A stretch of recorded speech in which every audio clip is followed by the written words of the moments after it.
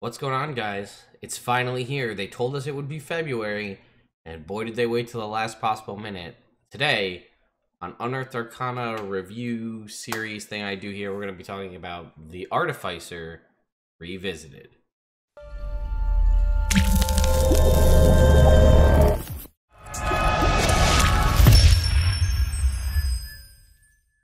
So, I'm not really going to go over too much about what the Artificer is, because I feel a lot of that's actually going to come out as we go through the document. So I'm going to do a couple of things. I'm going to talk a little bit about an issue that I have, because I think it's kind of funky. We're going to go through the entire class from start to finish. We're going to compare it to the Unearthed Arcana Artificer that came out several years back, maybe 3 years ago at this point, and see what kind of we can correlate. There's actually a lot of fundamental changes that we can't change too much, that we can't compare too much, but we'll do our best. And we're also going to look at the little Artificer fix that I made myself and put up on nerdimmersion.com to see how close I came to mark back then when I made my adjustments to try to make the class better. So, first, my biggest issue. I'm on the Wizards website. If you scroll down to the bottom, right, they have all their stuff, Ghost of Saltmarsh coming out, right? You come down to the bottom, all of their latest news, right? Let's go ahead and refresh right now. Latest news. See that? Sage Advice Compendium. This is where I go when I want to see what the latest news is for Wizards of the Coast, is their newsfeed. But ho-ho, dear readers, if you were to go here to go to articles and then go to Unearthed Arcana, well, look at that. There's one that's posted from today. So they didn't post it to the main feed. It's only on the Unearthed Arcana feed if you happen to know to go there and look.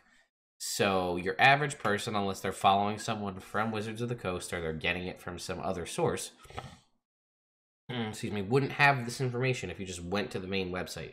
Which is why I was like, man, they're really not putting it out in February like they said. There you go. Alright, so we typically release Unearthed Arcana once a month. This remains a valuable opportunity for us. We want to release Unearthed Arcana only when it's ready to try. It will be a more flexible schedule, roughly once a month. So here's the thing. They were doing once a month, then they were doing weekly, then they were doing once a month on the first Monday of the month, then they were doing it on the second Monday of the month, then now they're doing it whenever. So, okay. So here's the class. I'll have a link in the description if you want to pick up a copy for yourself. It's free to download, so by all means. I wonder if they also updated it on the DMs Guild, because that was a whole thing they were going to do. They were going to provide the most recent updates to the Mystic and the Artificer directly through the DMs Guild, so you could go in and download the most recent version. I'm going to guess they didn't do that, but we'll check that at the end of the video. So there's a little bit about lore here on the Artificer, and how they fit in worlds that are not just Eberron related. But let's dive into... We're less focused on the lore and more focused on the crunch, as this is an Unearthed Arcana scenario. So, it's a D8 hit die. Light armor, medium armor, shields. Simple weapons, hand crossbows, and heavy crossbows. And thieves' tools, tinker tools, and one type of artisan tool of your choice. We get con and intelligence saving throws, and then 2 from the list of Arcana, History, Investigation, Medicine, Nature, Perception, Sleight of Hand. Let's go ahead and compare that to our previous iteration. Still a D8 hit die, light and medium armor. We now get shields, which is great because previously it made no sense that you would just get light and medium armor but not shields, because you'd have to take a whole feat to just get shield proficiency. Simple weapons. They did go ahead and update us by giving us hand crossbows and heavy crossbows. I like that. That was a nice touch. You got thieves' tools and 2 other tools of your choice. They sort of made one of those choices for you, giving you tinker's tools, which I chose when I played an Artificer anyway. So I feel like that's probably something you would pick. So I'm okay with that choice. Con and intelligence are the same saving throws, but they decreased your skills. It used to be 3. Actually, here, let's just do it this way. Go here. All right, maybe we won't go there. There we go. So Arcana, say they used to have Deception. They dropped Deception. History, Investigation, Medicine, Nature, Perception, Sleight of Hand. They gave them also Religion, and they got rid of that. Okay. And then for equipment, any 2 simple weapons, light crossbow and 20 bolts, studded leather or scale mail, thieves tools, and dungeoneering pack. Here we got hand axe and a light hammer, or any 2 simple weapons, light crossbow, scale mail. So it's pretty much the same. And then there's also this optional rule for firearm proficiency. The creation and operation of gunpowder weapons has been discovered in various corners of the D&D multiverse. Your dungeon master uses the rules on firearms contained in the DM's guide, and your artificer has been exposed to the operation of such weapons. Your artificer is proficient with them. Like that. Alright, so let's before we jump into the first level, okay, I guess, well, here we can say that they used to get Artificer Specialist, which was a thing they got at first level, their subclass. So, all of the subclasses are funky, or all of the, I guess, the class design is funky with this. So, in the original, they were a 3rd caster, but they got to choose their specialty at level 1, which was never a thing that happened. All 3rd casters that existed in the game were Eldritch Knight and Arcane Trickster Rogue. So that was a little weird. One of my predictions, and something you can actually, see, we put this back here. In my classes, I actually switched it to half caster in the update that I made when I analyzed what I thought needed to be adjusted. So then if you jump back here, they did go to half caster, but they threw out everything we know about game design from that perspective. So half casters, there's only 2 in the game: the paladin and the ranger. Paladin was charisma based, ranger was wisdom based. So I thought when I made my call here, it only made sense to make the artificer the half caster that uses intelligence. Then you have 1 of each. I think that makes the most sense. Okay. So they said, sure, half caster, but instead of like every other half caster who gets their spells at level 2, this is a half caster that gets their spells at level 1, and they also get cantrips. Okay? And they also get infusions, which are sort of like warlock invocations, kind of. So they kind of get all of them. So that was a little weird. Now, I'm not entirely sure that that's a bad idea. When we go ahead and look through what it gets and what it has, I think it actually does come out in the wash in the balance, but it just sort of tosses what we know about class design in 5th edition so far as like spellcasting mechanics, just out the window completely. By being a half caster, but you get your spells at level 1, and you also get cantrips. And you also can change your cantrips, but we'll talk about that. Alright, so the original Unearthed Arcana original Artificer got magic item analysis, which you could cast detect magic and identify as a ritual for free, and did not need the material components for identifying. Now you get this cool, which I think is more in tune with the Artificer from its core in its initial Eberron release 3.5. So I like this better. So you get magical tinkering. To use this ability, you must have thieves tools, tinker tools, or some other artisan's tools in your hand, and you'll actually see that that comes up quite a bit. That's where most of your spellcasting is. Your spellcasting focus is typically the tool that you require. You touch a tiny non-magical object as an action and give it to one of the following properties of your choice. Whenever trapped by a creature, the object sheds bright light in a 5-foot radius, or dim light in an additional 5 feet. So basically it makes it a candle, but without, fire. It also doesn't designate the the color, so you may be able to choose that. Whenever trapped or tapped by a creature, the object emits a recorded message that can be heard up to 10 feet away. You utter the message when you bestow this property on the object, and the recording can be no more than 6 seconds long. The object continuously emits your choice of an odor or a non-verbal sound, wind, waves, chirping, or the like. The chosen phenomenon is perceivable up to 10 feet away. A static visual effect appears on the object's surface. This can be a picture, up to 25 words of text, lines and shapes, or a mixture of all of these elements as you like. This chosen property lasts indefinitely. As an object you touch, or as an action you touch the object and end the property early. You can give the magic of this feature to multiple objects, touching one such object each time, and giving it a feature. And a single object can bear only one property at a time.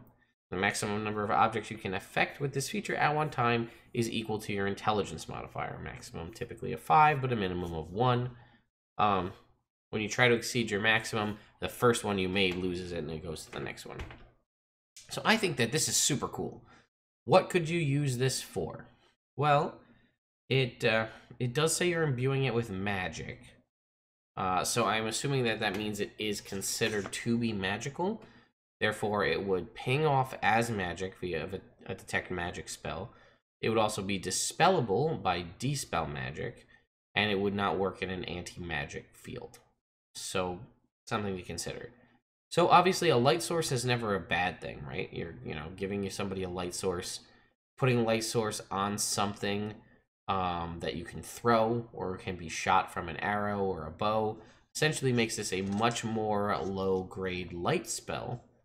But you can use it as like a tracer round, if you will, to kind of see where things are and get an idea of what's along the path if you shoot it out, cast it on an arrow, let's say.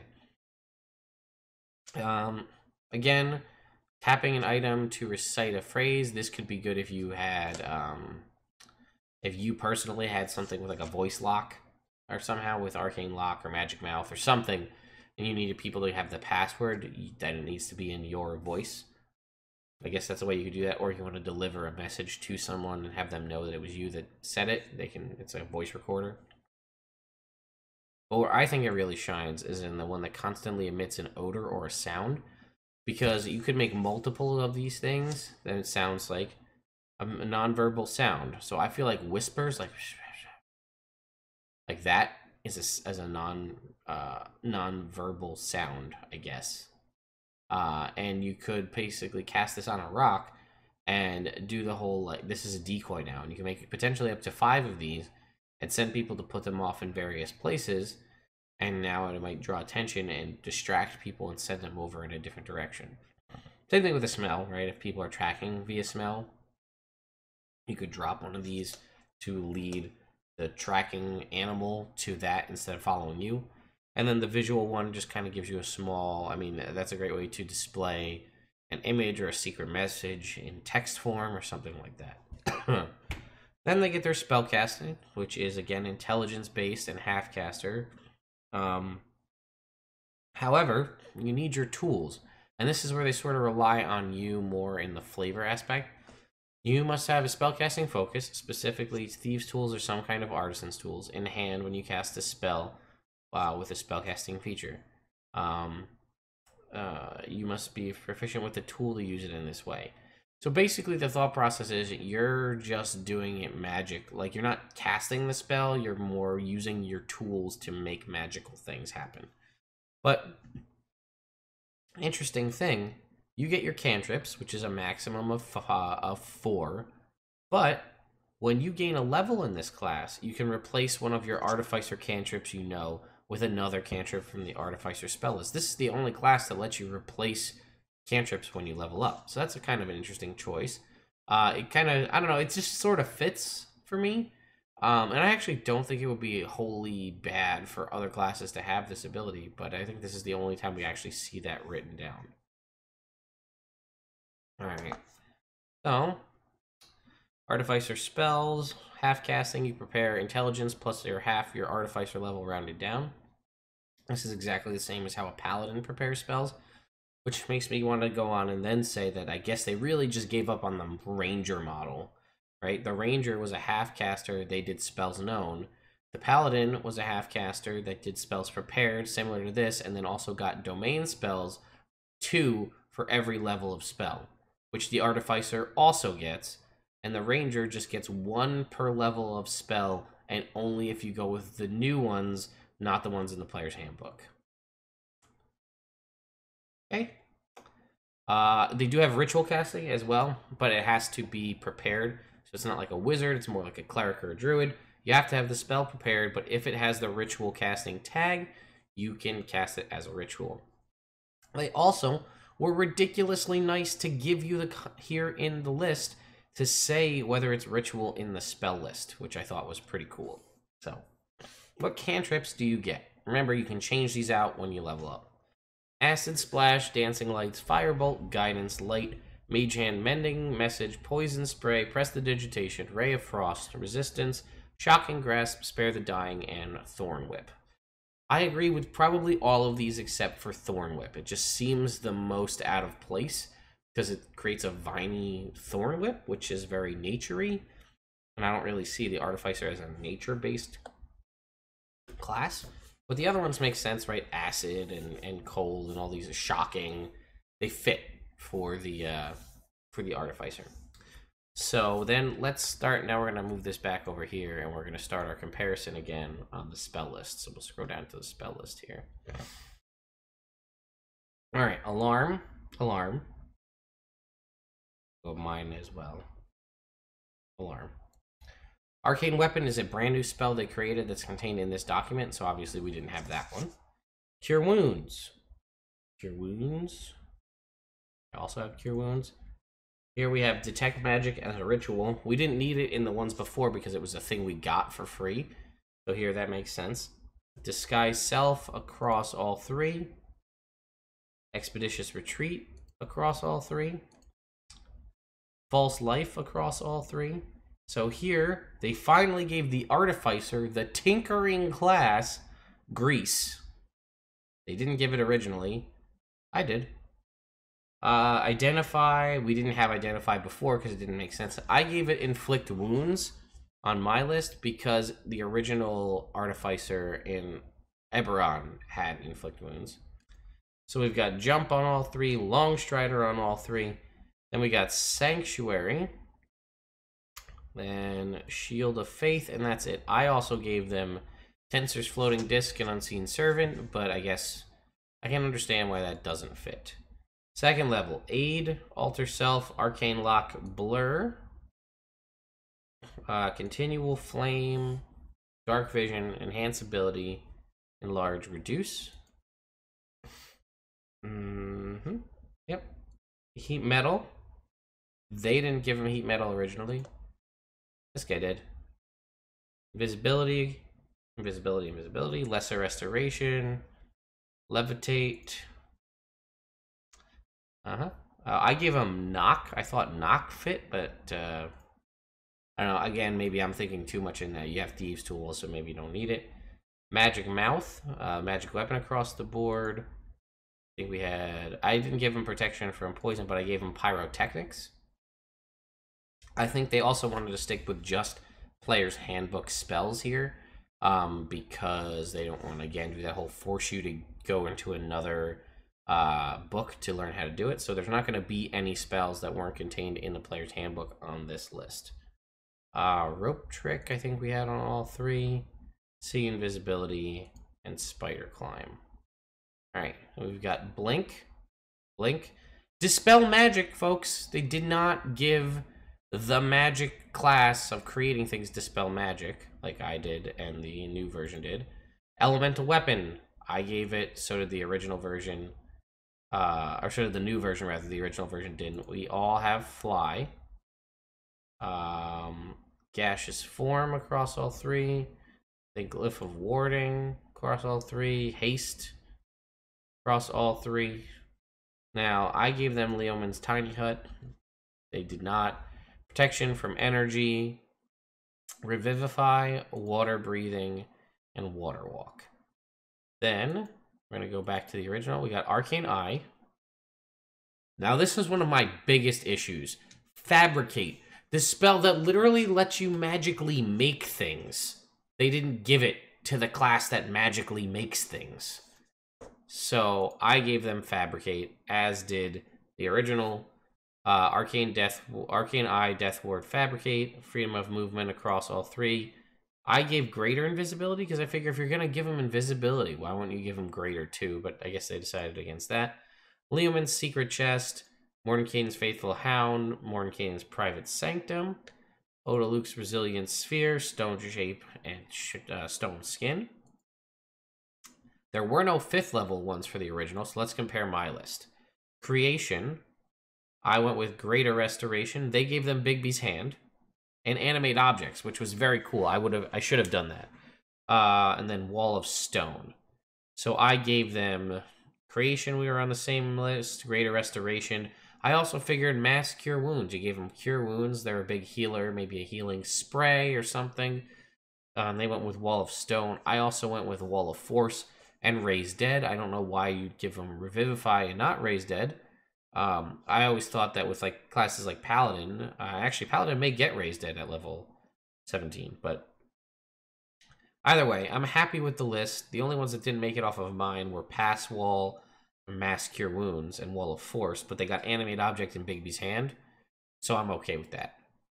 Alright, now I think this is largely where the, oh, here's the thing I was telling you about. The magic of Artifice.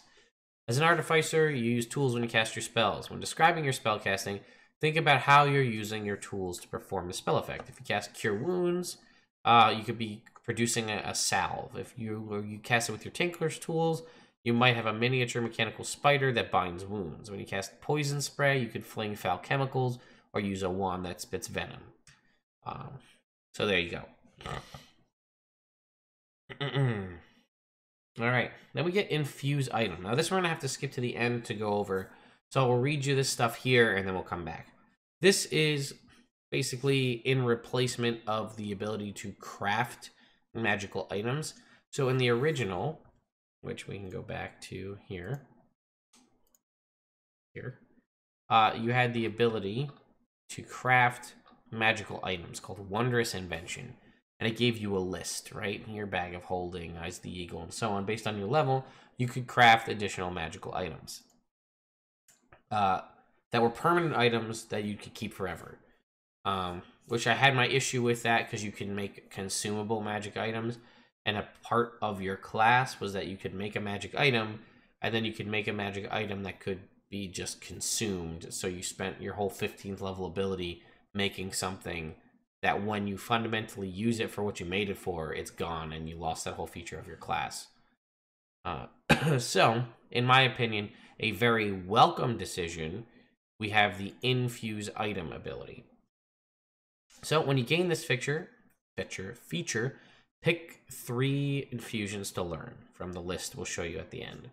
You learn additional ones as you level up, and when you reach certain levels in this class, and certain ones do have level restrictions based on your class level. Whenever you level up, you can replace a previous one with a new one. Infusing an item. When you finish a short rest, you can touch a non-magical object and imbue it with one of your arcane artificer infusions, turning it into a magic item. An infusion works on only certain kinds of items, and it lists it there what kind it works on. If it requires attunement, you can attune it to yourself immediately upon creation, or forgo attunement to let somebody else attune to it instead. If you decide to attune the item later, you must use the normal process for attunement. Your infusion remains on the item indefinitely, but when you die, the infusion vanishes after a number of days have passed equal to your intelligence modifier. It also vanishes if you give up your knowledge of the infusion for another one. So if you had this infusion that made this item do this, and you choose to replace it when you level up, that one is no longer infused. Which is good, because it's absolutely a thing people would do. You can infuse magic, more than one magic item at the end of a long rest. The maximum number of objects appears in the infused items column of the artificer table. You must touch each of the objects, and each of your infusions can only be made on one object at a time. If you try to exceed your maximum infusions, the first one goes away and is replaced with a new one. And you can see here your maximum number of infusion items is up to 5, and you know a maximum number of 8 starting at 19th level. Alright, and then you choose your Artificer's Specialist, your specialization subclass archetype feature at level 3, which is in line with all subclass features. And it also, there's only 2 again. And they sort of condensed down the existing stuff into this. What else did you get previously? At level 2, you got where is it? At level 2, you had tool expertise. Your proficiency bonus is double for any ability check you make that uses any tool proficiency granted from this class. You got the Wondrous Invention feature we were talking about. And you got the spellcasting, which came at 3. Mine came at 2, but that was pretty much it. I kept everything else relatively the same with the tool expertise as well. And then there was this infuse magic ability, which is different than infuse item. Infuse magic let you choose a spell, take an action, and choose a spell that you know and infuse an object with that spell. Now you get something similar to this later on in this class, but basically you choose an item. It can hold on to that for a maximum of 8 hours, and any creature with an intelligence score of at least 6 can activate it. But it had to be of a spell that you could cast, and it used up one of your spell slots to do it. And the original Artificer didn't have much, so you're pretty much were limiting yourself to a heal or a buff spell, whether it be invisibility or cure wounds or something of that nature. Here at level 3, you get your proficiency bonus is doubled for any ability check you make that uses your proficiency with a tool. So now it's any ability check you make that uses your proficiency with a tool. So if you actually got them proficiency with a tool from your race, or even from a multi-class, that's now doubled. Ability score improvements are back to normal. Originally, oops, that's not what we wanted. Originally, it was 4, 8, 12, 16, and 18. And they really didn't seem to know what they were doing when they designed it originally. They went back to the standard 4, 8, 12, 16, and 19 rather than 18. You now get arcane armament, so you can attack twice, which is essentially the extra attack feature, but with weird flavor. So you can attack twice rather than once whenever you take the attack action on your turn, but one of the attacks must be made with a magic weapon, the magic of which you use to propel the attack. So if you don't have a magic weapon, chances are you will based on your attunements and your infusions and things, but if you don't, then you can't use it. Also, you're a class with extra attack essentially, and you have a D8 hit die. No, am I right in saying this? No class that has a D8 hit die has 2 attacks without it being a subclass choice. I think that's an accurate statement. Every class that gets extra attack is the barbarian, the fighter, the ranger, the paladin.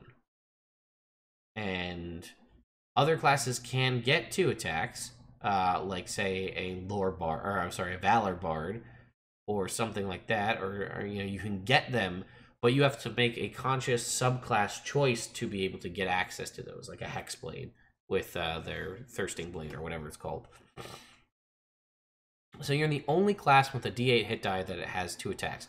So by that, you could theoretically say, well, maybe I'm supposed to be a melee class. And maybe you are. You do have proficiency in various crossbows, but crossbows have the loading feature, so unless you take the crossbow expert feat, you can only ever launch 1 bolt at a time on your turn. Now you do have proficiency in simple weapons, so you could choose a short bow, and then that would be something. As long as it's a magic short bow, it would activate this. It's just worded a little weird, and I would have been okay without that and giving them something along the lines of like increased damage for cantrips since you have them, but you can get that sort of on subclass choice. In the previous version, you got superior attunement, which allowed you to attune to 4 magic items rather than 3, and then at 15 it went up to 5. And then now you get 2 attacks. At 10, you get the right cantrip for the job. Whenever you finish a short or long rest, you can replace one of the Artificer cantrips you know with another cantrip from the Artificer spell list. So, I mean, first of all, you're another class that has access to guidance. So if you're not taking guidance, you're doing something wrong. I'll be honest. Guidance is one of the best cantrips and one of the best spells in the game. Always take guidance. But let's say you're in a scenario where you know you're going to be fighting all fire enemies. You could swap out your firebolt for, say, a ray of frost or something like that to make better choice. And I do like this. This is kind of a funky feature, this swappable cantrips, and I kind of dig it. I actually really like it. So for the original, you got the Mechanical Servant, which was basically your golem companion of some kind, which was interesting. It was a large beast with a challenge rating of 2 or less, and then it had some additional updates that had happened to it. You don't get that anymore, but that's kind of been replaced with subclass features, and we'll talk about those. Spell storing item is now an ability you get at 18th level, as opposed to the infused magic from 4th level. Whenever you finish a long rest, you can touch one simple or martial weapon, or an item that you can use as a spellcasting focus, and store a spell in it, choosing one 1st or 2nd level spell from the Artificer spell list that requires one action to cast. You don't actually need to have the spell prepared. With the object in hand, a creature can take an action to produce the spell's effect from it using your spellcasting ability modifier.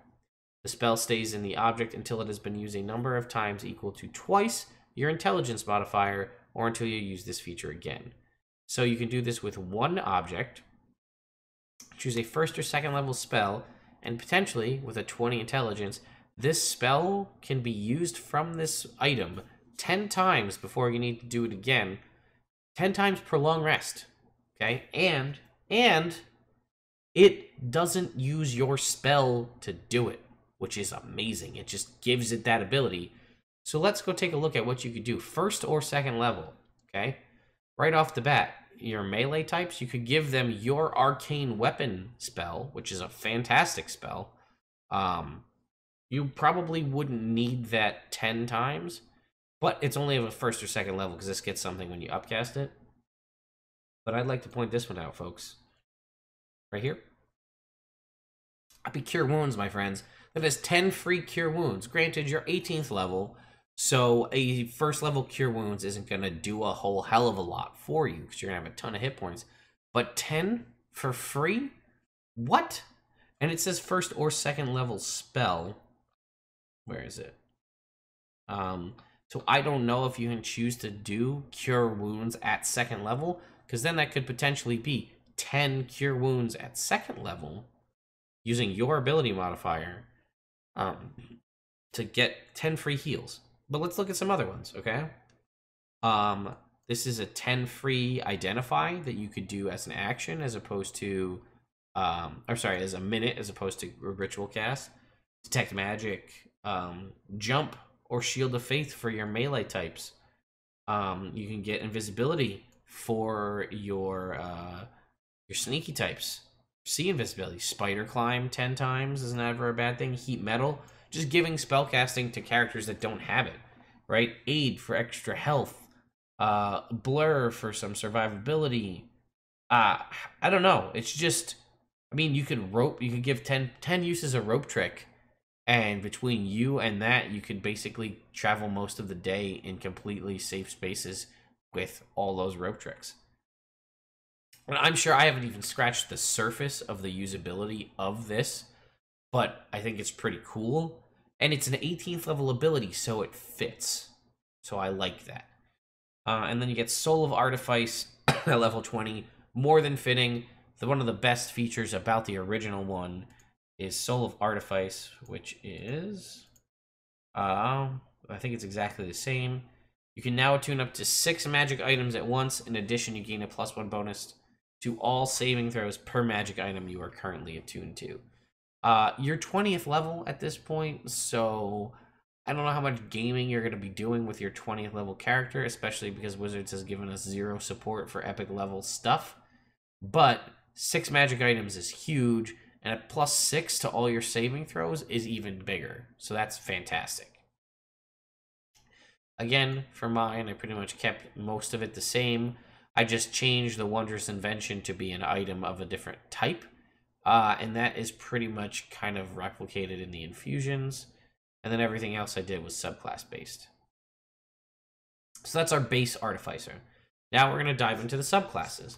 The Alchemist. So you gain proficiency in Alchemist supplies and the Herbalism kit. So mind you, you already have Thieves Tools and Tinker Tools. You're now getting Alchemy and Herbalism, and you still have a freebie one from your the base class, not including anything you might get from one of the funky, if you choose like a Ravnica or an Eberron race, you might get a tool proficiency as well. So just, you'd be rolling in tools, all of which would have double proficiency bonus in them at this point. So you basically have all the good ones with this. The only one you don't have is Poisoner's Kit, and you could take that as your base one, and then maybe get some extra. This is also big. You also gain alchemist supplies and herbalism kit for free. A result of your tinkering you've done prepared you for this specialization. So that's a funky order of business with a lot of folks.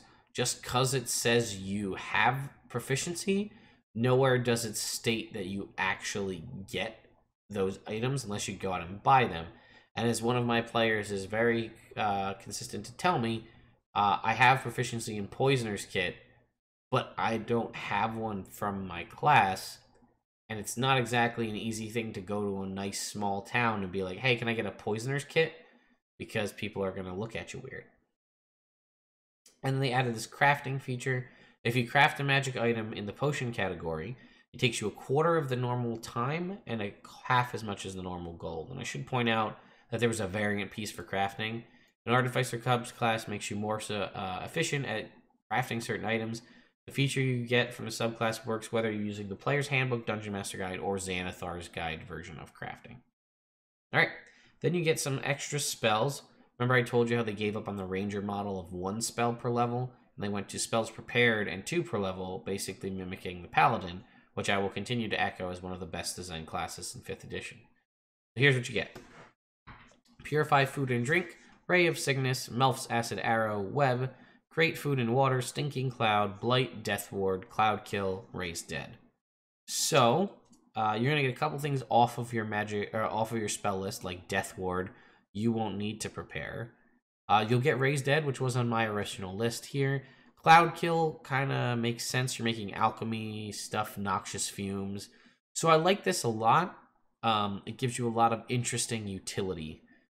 Purify food and drink and create food and water. They're not super integral, but you'll never be upset that you have them always prepared, because when you don't want those, or when you don't have those and you need those, it's a big deal. Ray of Sickness is okay. It's a weapon spell attack roll. Melf's Acid Arrow leaves a little bit to be desired, but it's still an attack. Web is very useful in a lot of senses. Stinking Cloud and Cloud Kill give you a lot of crowd control ability, and Blight is just a nice solid damage move that you have access to, though you're not going to get it till 13th level. Then comes the super awesome stuff that they added to these classes, and I absolutely love this. So rather than the Mechanical Servant, which was sort of this big hulking beat-em-up guy, you get some cool little minion, which is just more Artificer in nature anyway, and each class gets one, and they do a different thing. So for the Alchemist, you get an alchemical homunculus. So whenever you finish a long rest and your alchemist supplies are with you, you can form a homunculus in an occupied space within 5 feet of you. There is actually a spell that was added in Xanathar's. I think it's called Tiny Servant, or maybe it's just Craft Homunculus, which you can do, but it causes you lose like vitality. Like it uses some of your health to make it, and that's not the case here. If you already have a homunculus from this feature, the first one immediately dies. The homunculus is friendly to you and your companions and obeys your commands, and we'll look at its stat block in a little bit. You determine its appearance, which includes wings and bits of alchemical equipment. So it has to have wings and then something else. Some prefer theirs to look like mechanical songbirds, whereas others prefer winged vials or miniature cauldrons. In combat, the homunculus shares your initiative count, but it takes its turn immediately after yours. The only action it takes on its turn is the dodge action, unless you take a bonus action on your turn to command it to take one of its actions, or take the dash, disengage, or help action. So, rather than being kind of broken the way a familiar is, and that the familiar can take the help action for free and not use your action or your bonus action, this makes you use your bonus action for it, but you don't have a ton of bonus action utility, so this is pretty welcome, and it can use its own actions, which have some cool features, which we'll look at. If you cast the Mending cantrip on it, it regains 2d6 hit points, which is great. It kind of fits into that whole original Artificer could heal basically Warforged and mechanical things almost better than it could heal humans or humanoids. If it died within the last hour, you can use your alchemical or your alchemist supplies as an action to revive it, provided you are within 5 feet of it and you can expend a spell slot of 1st level or higher. It returns to life with all of its hit points restored. So, has an AC of 13. Its hit points are equal to 5 times your level in the class, plus your intelligence modifier, which is, you know, a maximum typically of 55 hit points, which is still pretty good given what it is. Speed of 20 feet, fly speed of 30 feet, and you can see it has Dex as its highest stat, and it's pretty average across the board. It has perception and stealth of +4. It is immune to acid and poison, and immune to charm, exhausted, and poison conditions. Dark vision is 60 feet, passive perception of 10, and understands the languages that you speak. And Might of the Master, the following numbers increase by 1 when your proficiency bonus increases by 1, which is very nice that they included this, because this is always an issue when you're trying to figure this kind of stuff out. If things level up, do they have a proficiency bonus? How does it work? So their skill bonuses, so perception and stealth, go up by 1, and their bonuses to hit and the damage of their acid spittle. So here are the actions, and it even is so nice to even say requires your bonus action. Acid spittle is a +4 to hit with a range of 30 feet at one target and does a d6 +2 acid. As you level up, this will go up by in the damage or the attack and the damage here, which is nice.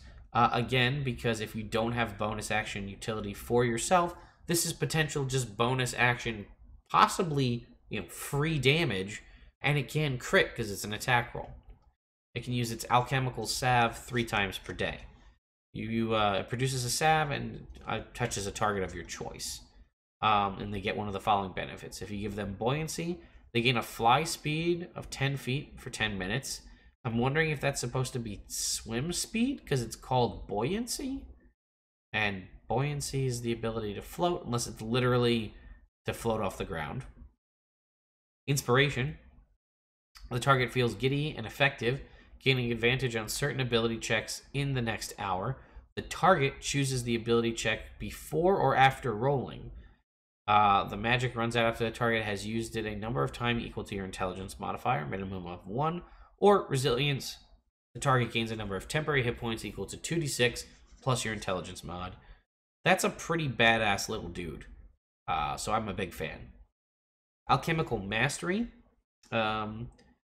Your command of magical chemicals has become masterful, enhancing the healing and damage you cast through them, or create through them. When you cast a spell using your alchemist supplies as a spellcasting focus, you gain a bonus to 1 roll of that spell. The roll must restore hit points or be a damage roll that deals acid or poison damage, and the bonus equals your intelligence modifier. In addition, you can cast lesser restoration without expending a spell slot, provided your alchemist tools are the spellcasting focus. You can do this a number of times equal to your intelligence modifier per day. So not only do you have this badass little companion dude, you're also a pretty badass healer, right? So you have lesser restoration 5 times per day, potentially, minimum of 1, without expending a spell slot. So that means you maybe don't need to take that as a 2nd level spell. You also, any attack that does acid or poison. So you could choose Acid Splash as a cantrip, increasing its damage by your intelligence mod, or Poison Spray and increasing it by your intelligence mod. I don't think we have too much else that does acid or poison, unfortunately. No, we've got, I think, Ray of Sickness or whatever we had that does poison damage. But you could add it to your healing. So Melf's Acid Arrow does acid damage, obviously. I think Ray of Sickness does poison damage. Unfortunately, well, I think actually, is it Stinking? I don't think Stinking Cloud does damage, but I believe that Cloud Kill does, and I think it's poison damage. Let's do a real quick search on my phone here, and we'll find out. Cloud Kill. Stinking Cloud does no damage. A Cloud Kill does not. Oh, does 5d8 poison damage. So there you go. That's a couple of. Unfortunately, it's not all damage. It's just acid or poison, so it's pretty limited in what it lets you do. And I'll just check a Ray of Sickness right now. Ray of Sickness is poison damage. So it lets you add your intelligence modifier to either the Poison Spray cantrip, Acid Splash, Ray of Sickness, Melf's Acid Arrow, or Cloud Kill. And I'll just check that there was no other later spells. I guess possibly you could make the argument if you chose elemental weapon and chose acid, that does acid damage, sort of, as an option you could possibly consider. But other than that, I don't think any of these other things are going to let you do damage per se. So I guess you take the one to take away would also be the healing, right? So anything that heals hit points. So your Cure Wounds, which does a D8 plus your intelligence modifier anyway, can now do a D8 plus your intelligence modifier plus your intelligence modifier. So that's big. That makes you a super good healer. So keep that in mind. Because Cure Wounds is your only healing spell, so that's how that would have to work. Yeah, when you cast a spell using your alchemist supplies as a spellcasting focus, you gain a bonus to the roll of that spell. Must restore hit points. Yeah, so be a super healer. And then at 14, you get Chemical Savant, which I really like this one. You spend so much time around chemicals, you are now resistant to acid and poison damage and are immune to the poison condition. In addition, you can cast Greater Restoration once without expending a spell slot, without providing the material component, provided you have alchemist supplies as a spellcasting focus, and that is once per long rest. So 1 free Greater Restoration per long rest, potential 5 or more if you have higher intelligence, lesser restorations per long rest, and then also super healing. I like this one a lot, and the homunculus is pretty cool. And then next is the artillerist.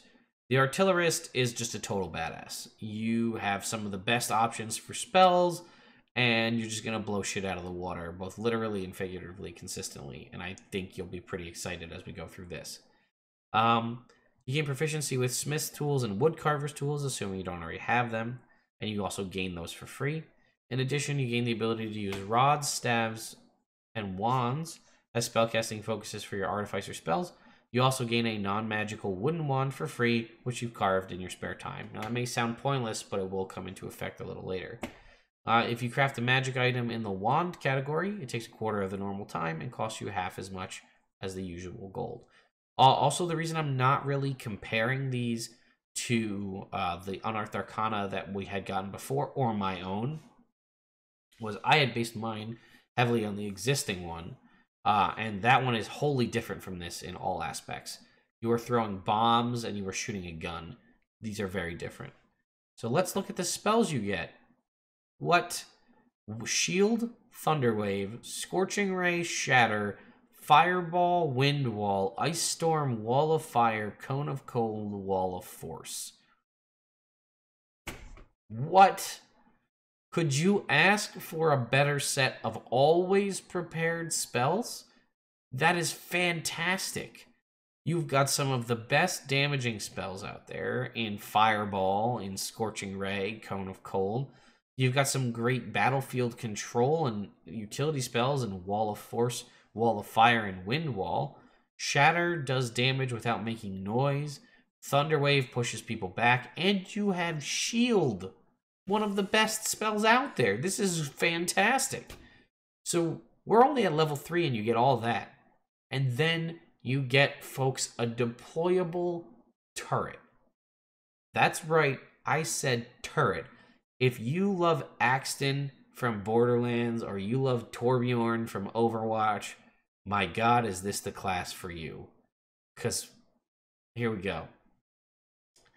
With your smith's tools in hand, you can take an action to magically summon a medium turret in an unoccupied space on a horizontal surface within 5 feet of you. The turret is a magical object that occupies its space and has crab-like legs. Suck it, Torbjorn, our turret can move. It has an AC of 18, a number of hit points equal to 5 times your artificer level. It is immune to poison damage, psychic damage, and all conditions. If it is forced to make an ability check or saving throw, treat all of its scores as 0. Mending on it heals it for 2d6 hit points, so you can heal it. Get your Torbjorn on in that respect. It disappears if it's reduced to 0 hit points or after 10 minutes. You can dismiss it early as an action. When you summon the turret, you decide what type, because we have 3 types of turrets. On each of your turns, you can take a bonus action to cause the turret to activate if you are within 60 feet of it. As part of the same action, you can direct the turret to walk or climb up to 15 feet to an unoccupied space. You can summon a turret once for free and must finish a long rest to do so again. You can also summon the turret by expending a spell slot of first level or higher. If you summon a second turret, the first one disappears. And then get this, as an action, you can detonate it, causing it to make an explosion as long as you are within 60 feet of it. Doing so destroys the turret and forces each creature within 10 feet of it to make a dex save against your spell save DC or take 3d6 force damage, not even fire damage from this explosion, force damage. Fantastic. And what kind can you choose? A flamethrower, a force ballista, or a defender turret. Flamethrower, when you activate it, it exhales fire in a 15-foot cone adjacent to it. Each creature in the area must make a dex save or against your spell save DC or take a d8 fire damage on a failed save or half as much on a success. The fire ignites any flammable objects in the area that aren't being carried or worn. It's a 15-foot cone, so it can hit a lot of people. It doesn't do a ton of damage, but again, this is a bonus action on your turn and on top of whatever else you're doing. Force Ballista, make a ranged spell attack. At one creature or object within 120 feet. On a hit, the target takes 2d8 force damage, and if it's a creature, it's pushed up to 5 feet away from the turret. And lastly, the Defender turret emits a burst of positive energy. Each creature of your choice within 10 feet of it get a number of temporary hit points equal to a d8 plus your intelligence modifier. That's great. You've got very useful options for Flamethrower, Force Ballista, or Defender. Then at 6th level, you get Wand Prototype. Whenever you finish a long rest and your woodcarver's tools are with you, you can touch a non-magical wooden wand and turn it into a magic item, which we know we already have one from the class. When you do so, you invest it with one Artificer cantrip of your choice, even one that you don't know. It just has to be on the Artificer cantrip list. This casting that has a casting time of 1 action. As an action, you can cause the magic wand to produce the cantrip using your spellcasting ability modifier. The wand loses the magic when you finish your next long rest. Any damage roll you make for a cantrip in the wand gains a bonus to your intelligence modifier. When you reach 14th level in this class, you can invest the wand with 2 cantrips at the end of a long rest. So mind you, you only get, I think, 3 cantrips? Maybe 4? 4 total cantrips. At 10th level, you can swap out a cantrip after a short rest. With the wand, or with the artillerist feature, you can get at 6th level another cantrip that you possibly didn't even have in a wand. You don't even have to be able to use this. You can actually hand this to somebody else and they can use it. And if it's a damaging spell, it automatically gets your intelligence modifier added to the damage. So this, in that respect, you're an artillerist. So now you can hand somebody and be like, oh, here's a firebolt wand that does firebolt plus 5. Like a d10 plus 5, or at that point, 2d10 plus 5. And at 14th level, it's like, oh, this is a firebolt and guidance wand. Here, Paladin, have some extra stuff. And it uses your ability modifier. So even if... oh, sorry, wait, did I read that wrong? Oh, okay, never mind. My mistake. Other creatures are unable to use the wand's magic. I read that wrong. That's on me. I thought you could hand it to somebody else and they could use it. But either way, you just added potentially 2 more cantrips to your list of cantrips, and both of these are supercharged. So it might make sense to swap out your other one that was a damaging one for a utility one, and now have 2 more that are juiced with the damage. And at 14, you get the Fortified Position feature. You and your allies have half cover while within 10 feet of a turret that you create with Arcane Turret. So not only does it do all that other cool shit that it already did, now it provides a +2 to AC to any ally that's within 10 feet. As a shield result of shimmering field of magical protection emits from it. You can now also summon a second turret for free and must finish a long rest before doing so again. If you summon the second turret while the first turret is still present, the first one doesn't disappear and each turret can be of a different type. If you summon a third turret, the first one vanishes. Moreover, you can use a bonus action to activate both turrets. So you can now have 2 Force Ballistas for a long-range assault, 2 Flamethrowers for a close-range defense, a Flamethrower and a Defender turret, and you can activate them both as one bonus action. So, fantastic. I mean, this class, this subclass, I really like the homunculus a lot, as I love pets in Dungeons and Dragons, and I like the healing aspect of it and some of the spells, but I think I'd have to go artillerist, man. Shield, fireball, double turrets, wands of supercharged magic. But I'm very excited. I'm not going to say it's worth the wait, but it sort of is, because we waited a long time to get this. So I guess maybe it is worth the wait, but let's talk about Artificer infusions. This is the last little bit, and then we're done with this.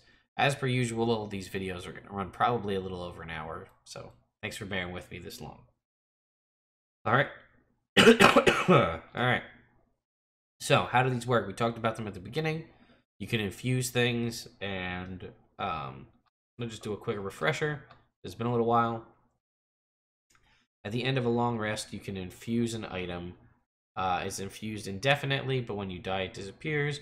You can attune to it yourself the instant you infuse the item, or forgo the attunement so that someone else can attune to it. If you decide to attune to it later, it follows attunement rules. And if it has a level, it's a level requirement. So first up is Boots of the Winding Path. You need to be 4th level to use this, and it requires a pair of boots, which then become attunement. While wearing these boots, a creature can teleport up to 15 feet as a bonus action to an unoccupied space they can see. The only downside is they must have occupied this space at some point during their current turn. So I guess this is a good way to run in, attack somebody, and then teleport out so you don't provoke attacks of opportunity. Enhanced Defense, no level requirement, and does not require attunement. Creature gains a +1 bonus to their AC if it's an armor, or shield if it's a shield. And then it goes up to +2 at 12th level. So you can essentially turn a non-magical suit of armor into +2 armor at level 12, or a non-magical shield into a +2 shield. Enhanced Weapon is the same thing, but a weapon, +1 to attack and damage, and then +2 at level 12. We have the Many-Handed Pouch, which I haven't thought of all the ways that this can be useful, but boy, can it. 4th level and 2 to 5 pouches. The infused pouches all share one interdimensional space of the same capacity as a single pouch. Thus, reaching into any of the pouches allows access to the same storage space. Pouch operates as long as it's within 100 miles of the other pouches. Pouch is otherwise empty and won't accept any contents. If the infusion ends, the item stored in the shared space moves into one of the pouches, determined randomly. The rest of the pouches become empty. This is a cool way. I don't know the size of the pouch. It doesn't really specify. But if you had a large enough pouch to hold potions, this would be a cool way that the whole party could gain access to the pool of potions or spell components or what have you. Radiant Weapon. This is an 8th level one, which is the highest one we've seen so far, and requires a symbol or martial weapon. This magic weapon grants a +1 bonus to attack and damage rolls made with it. While holding it, the wielder can use a bonus action to shed bright light in 30-foot radius or dim light in another 30 beyond that, and extinguish it as a bonus action. As a reaction, immediately after being hit by a melee attack, the wielder can cause the attacker to be blinded until the end of the attacker's next turn, unless the attacker succeeds on a Constitution saving throw against your spell save DC. Once this reaction is used, it can't be used again until the wielder finishes a short or long rest. So, you have the option to either go for a +2, eventually, just a +1, or swap it out for a +1 that does blinding and also casts some light, or maybe swap it back later on to just be a +2. And then we have Replicate Magic Item. This is where it gets interesting. You can learn this infusion multiple times. Each time you do so, you choose a different magic item that you can make with it, picking from the Replicate Magic Items table. If the table has a level, you must be of that level to use it, and it tells you whether it's attunement or not. So, you can basically, at the start, duplicate any of these magic items. Alchemy Jug, Bag of Holding, Cap of Water Breathing, Cloak of the Manta Ray, Goggles of Night, Lantern of Revealing, Rope of Climbing, Sending Stones, Wand of Magic Detection, and Wand of Secrets. A couple stands out here. Bag of Holding, always good. Goggles of Night, never a bad thing. Rope of Climbing is not super needed, but it's useful when you want it. Sending Stones could be big. Lantern of Revealing, revealing invisible things is never a bad idea. And Wand of Magic Detection just gives you magic, detect magic, so that's a freebie, so that's not bad. Replicate magic items for 12th level. Boots of Elvenkind, Boots of Shriding and Springing, Boots of the Winterlands, Bracers of Archery, Brooch of Shielding, Cloak of Elvenkind, Cloak of Protection, Eye of Charming, Eye of Eagle, Balance of Ogre Power, Gloves of Missile Snaring, Gloves of Swimming and Climbing, Gloves of Thievery, Hat of Disguise, Headband of Intellect, Helm of Telepathy, Medallion of Thoughts, Periapt of Wound Closure, Pipes of Haunting, Pipes of the Sewers, Quiver of Alona, Ring of Jumping, Ring of Mind Shielding, Ring of Water Walking, Slippers of Spider Climb, and Winged Boots.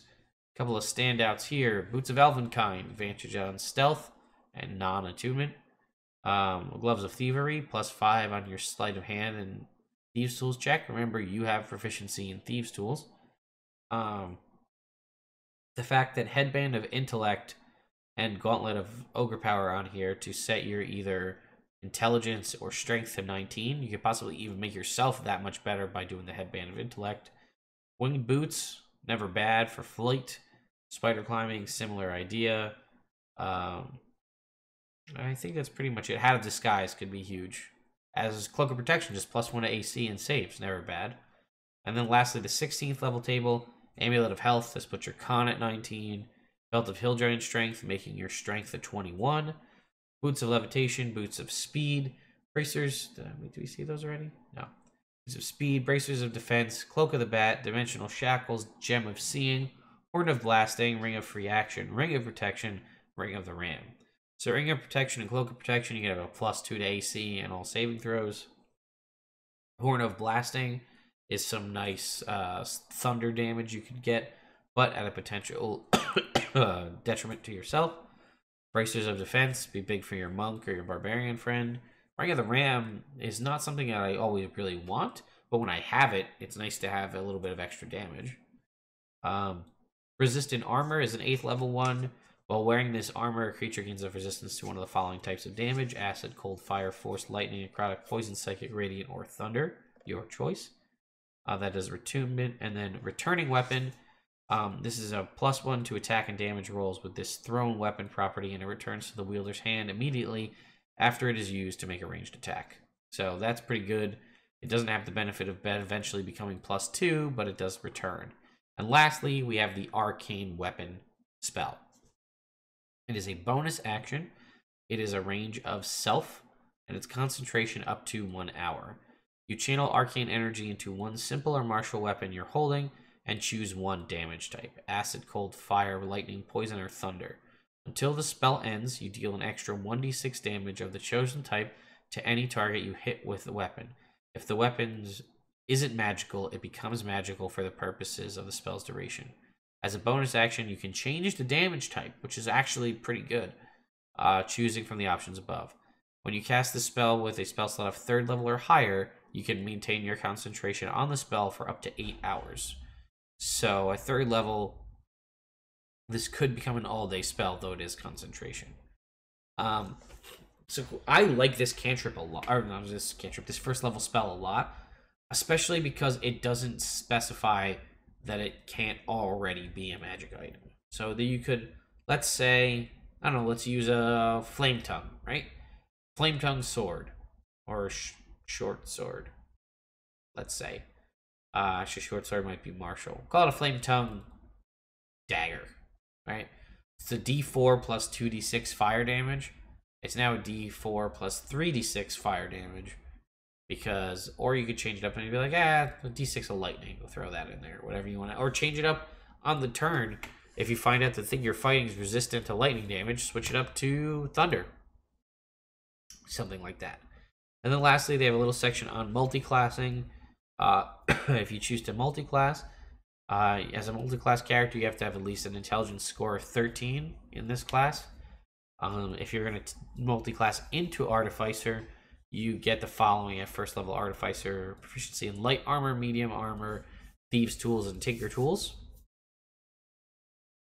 Which is weird because you get medium armor, shields, thieves tools, and tinker tools, but then at 1st level in the class, you also get Oh, I guess you don't get these. Never mind. That wasn't a first level ability. That was with choosing the class. My mistake.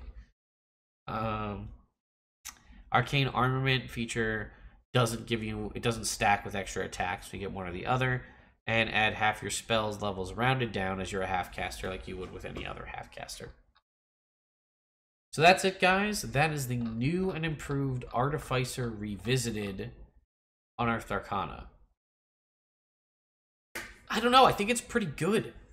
My only thing that I'm a little hesitant, sort of, about is the fact that it's sort of it is different from all of the other spell class, like the spellcasting classes. That whole half caster spell start at level 1, also get cantrips, potentially having the ability to heal a d8 plus 10. They're also very front loaded. You get a ton of stuff at level 3 in your subclasses.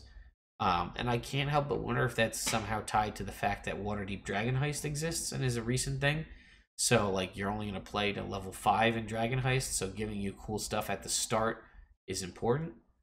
But, you don't get your... So at level 6, a Cure Wounds for you could heal a d8 plus 10 damage. Or 2d8 plus 10 damage, which is ridiculous. I don't know. I think it's good. I think they also handled the servant/pet idea very well between the turrets and the homunculus. I don't know. I'm a big fan. I'm okay to retire my Artificer, as I was just trying to put a band-aid on something that was fundamentally flawed from the start. The fact that we got this makes me potentially hopeful maybe the Mystic will appear at some point. And I believe that this is going to be published in the Wayfarer's Guide to Eberron once it's actually complete, is what they had said. And lastly, like we said we were going to do at the beginning, let's jump over to the DM's Guild and see if they actually updated it there like they said they were going to do.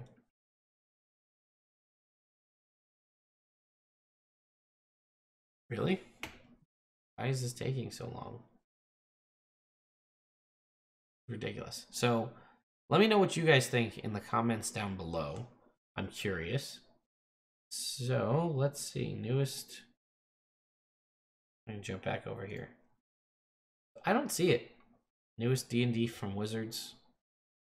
Most popular. By the way, this Monsters Manual Expanded. Fantastic. If you haven't picked it up, I would recommend it. Yeah, I don't see anything. Let's go log in, and we'll search for the Artificer in my library, and we'll see. Because that was supposed to be the whole thing why they released them on here. Yeah, last updated 1/17/18. Add an expanded list for Xanathar's Guide to Everything. I didn't actually know that they did that. Huh. Oh, look at this. Added grease and locate object to the spell list. Moved extra wondrous invention options of the wand carver. Wait a minute. Am I reading somebody else's Unearthed Arcana?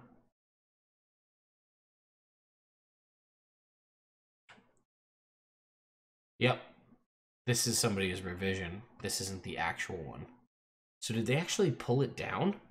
Ooh, did they pull it down? They might have taken down the Artificer.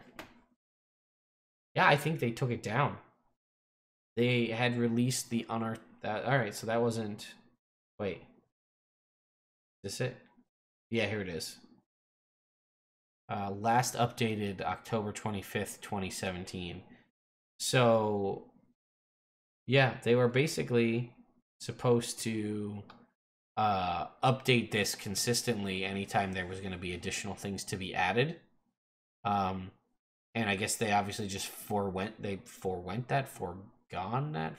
it. I don't know what the term is, but they let that go and decided to just publish a new one.